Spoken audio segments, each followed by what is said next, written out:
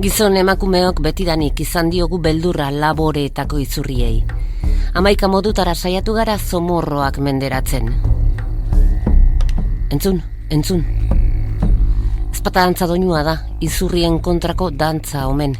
Dantza filmean ikasi genuen moduan. Hemen dira.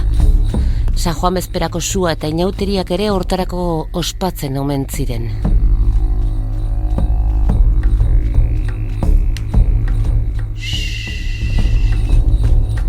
Xomorro zein mozorro insektuak dira.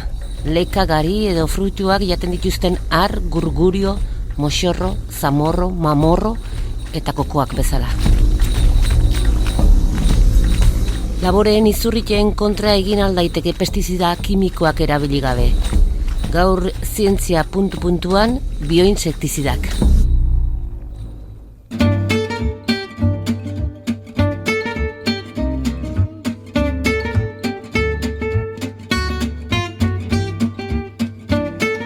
Zientzia puntu-puntuan, Nafarroako Unibertsitate Publikoaren divulgazio zientifikoko podcasta. Emaiozu jaten adimenari. Ongi etorri entzule Zientzia puntu-puntuan podcastaren 9. atalara. Entomologo baten eskutik sukaldatu behar dugu gaurko saioa. 20 urte goiti daramate nupen, virus eta bakteriekin bioinsektizidak garatzeko lanetan. Zergatik? Zertarako? Insektuak garbitzeko, laboreen izurriteak akabatzeko, eta pestizida kimikoei alternatiba bat emateko.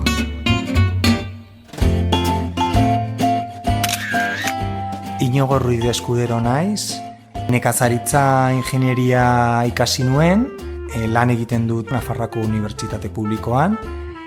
Nire departamentu da nekazaritza, bioteknologia eta elikadura, eta nire espezialitatea da entomologia. Ikasketak bukatu nituenean, hasi nintzen lan egiten intsekturekin. Entomologoak ikasten ditu intsektuak, haien ohiturak, egiten dute sailkapena eta biologia. Intsektuen maitalea zara? Bai, noski, asko gustatzen zaizkit intsektuak. Zomorroak, kakalardoak, sitzak, kokoak, zeinek ditu gogoko. Inigok berriz urteak daramazki ikertzen. Bai, normalean ikusten dugunean intsektuak, pentsatzen dugu nazkagarriak direla, edo jaten ari direla gure produktuak, eta horregatik izurriak deitzen diegu, baina intsektu bakar ez da izurri bat. Bakarrik bihurtzen da izurria, noiz elkartzen dira momentu konkretuan, egoeraren arabera, eta han eragiten dituzte galerak ekonomikoak, eta izan daitezke oso importanteak. Eta galera horiei aurre egiteko pestizida eraginkorrak asmatu zituen industriak gero. Pestizidek ordea ez diete bakarrik izurria diren zomorroei kalte egiten. Pestizida kimiko asko kaltegarriak dira osasunerako, ibaiendako, landarendako, gero guk dendan erosten ditugun fruitu eta barazkiendako. Erleak eta lurrazpiko xomorroak hiltzen dituzte ere, eta minbizia ere sor dezakete. Normalean, intsektuak kontrolatzeko erabiltzen ditugu intsektizida kimikoak. Intsektizida kimikoak oso erabilgarriak dira eta baliabidea asko ematen digu, baina desabantaila importanteak ditu, baita ere. Intsektizida kimikoak uzten dira gure ekosisteman hondakinak toksikoak direla, eta asko erabiltzen baditugu osasun arazoak ager daiteke.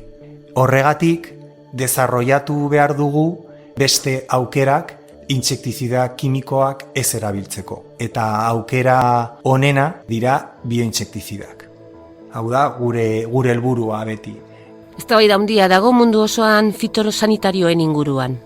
2012 urtean onartu zen estatuan fitosanitarioen erabilera jasangarria sustatzeko legea. Baina, badirudi insektiziden eta fungiziden erabilera ez dela jetxi. Azkeneko datuek diotenez, 70.000 tona urtean. Gehiagizko. Asko dira, bai. Asko da, bai. Bueno, gauzak aldatzen ari dira, baina poliki-poliki. Adibidez, Almerian badago berotegi asko, eta han duela 30 urte o 40 urte bakarrik egiten zuten izurrien kontrola intsektizida kimikorekin. Baina orain beste estrategiak erabiltzen ari dira, eta estrategiak hauek oinarrituak daude bioinsektizideetan eta etxai naturaletan. Zer dira etxai naturalak? Etxai naturalak dira beste intsektuak parazitazio edo harrapagintza egiten ahal dute intsektuetan. Hau da, intsektu mota batek gustoko duen beste bat akabatzen du. Adibide gisa, galderna, landara zorria, desagertarazteko erabiltzen duten estrategia.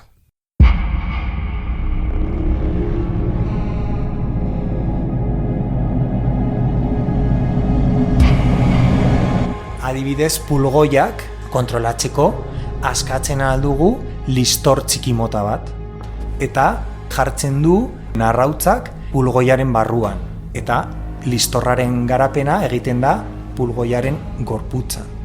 Gero ateratzen dira gorputzatik eta joaten dira berriro beste pulgoia parasitatzeko.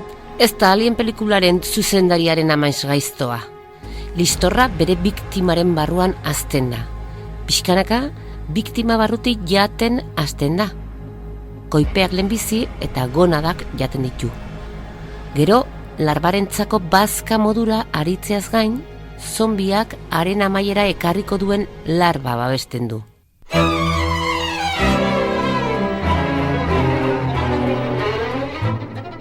Gura goaz? Orain joango gara insektariora, Unibertsitate Publikoko insektarioa. Zer da insektario bat? Hemen ezten ditugu intsektu batzuk.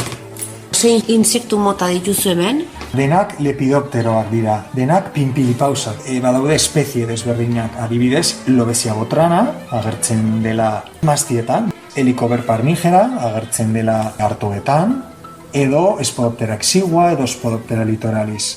Non daude? Non daude hemen. Hemen ditugu 4 kamara. Hemen daude. Aparategi batzu hartzen ditugu kutsak intsektuekin. Hau zin da? Chrysoleisis calcites. Eta non ibiltzen da edo ze gustatzen zaio? Piperrak eta baratzuri guztiak jaten ditu. Hemen ditugu 3 pertsona lan egitean. Zaintzen? Zaintzen. Eta janaria ematen? Bai, hau da janaria. Nahazten ditugu osagaiak, proteinak, karbonohidratoak, olioak, vitaminak, urarekin, gero, nahazten ditugu, batidora batekin, eta jartzen ditugu autoklabean esterilizatzeko, garbitzeko. Eta gero ja, arrautzak jartzen ditugu, eta hemen ikusten da larbak, zitzareak txiki-txikiak. Hemen bakarrik produzitzen ditugu larbak. Eta gero, beste laborategian ikerketak egiten ditugu. Zenbat dituzu, zenbat mota? Orain, 10 espezie.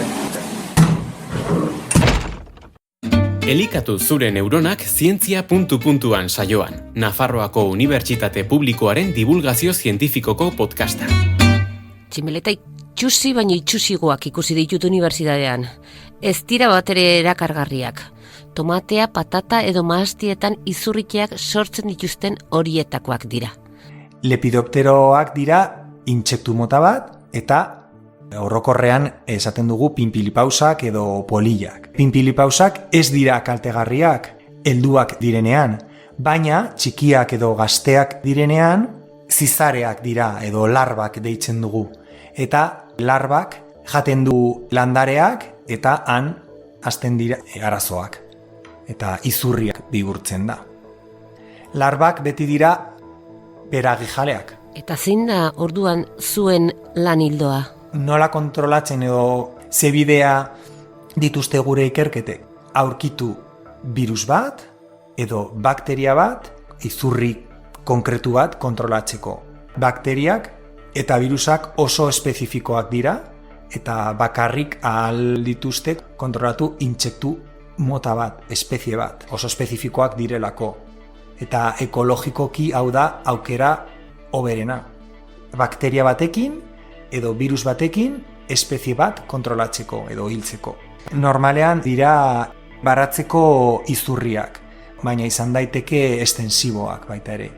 Adibidez, perrak edo tomatetan agertzen dira, edo gero garian edo artoan. Tradizioz, bakteriak eta virusak mikroorganismo kaltegarriak direla uste dugu. Uste erdi ustel. Bai, virusek ospetxarra dute, batez ere pandemiarekin, baina funtzio on ugari dituzte nonbait. Inigo eta bere lantaldea haien atzetik ibiltzen dira mendietan eta soroetan baten bat harrapatu nahian. Bakteriak eta virus hartzen ditugu naturatik. Virus hauek naturalak dira. Eta gu ateratzen ginen naturara, dira, zein lekutara, edo soro batzuetara, eta han aurkitzen ahal dugu bakteriak eta virusak. Lurratik edo normalean virusak aurkitzeko oso ongi begiratu behar duzu eta aurkitu larbak sintomekin. Virusak eragiten du larbetan gaixotasun bat. Guk ja ezagutzen ditugu sintomak eta bilatzen dugu larbak sintomekin. Hartzen ditugu landaretatik edo soretatik eta eramaten ditugu gure laborategira. Eta laborategira, analizia edo ikerketak egiten ditugu eta aurkitzen dugu zen virus edo zen bakteria mota den. Virusak beti dira bakulovirus eta bakteriak beti lan egiten dugu Bacillus thuringiensis. Zengatiken da hain famatua? Da bakteria oso berezi bat, eragiten ditu proteina batzuk eta proteinak hauek toksikoak dira intsekturentzat, bakarrik intsekturentzat. Zepa desberdina edo mota desberdina. Orduan, detektibe lana ere egiten duzue naturan? Bai, pixka bat. Safari antzeko... Safari antzekoa, bai. Bakulovirus eta Bacillus thuringiensis. Virus eta bakteria hauek 100 insektu espezie baino gehiagotik isolatu dira. Teknika molekularren eta biologikoen bidez ezagutzen dituzte gero bakoitzaren berezitasunak. Horietako batzuk intsektizida biologiko gisa erabiltzeko aukeratuko dituzte. Ez dute ez lan makala. 20. mendeko nekazaritzaren erronka nagusietako bat dute aurrean.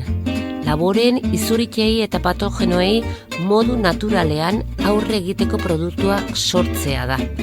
Pestizida toxikoak gero eta gutxiago erabiltzeko. Zientzia puntu-puntuan entzun duzu. Nafarroako Unibertsitate Publikoaren podcasta. Gozatu zientziaz.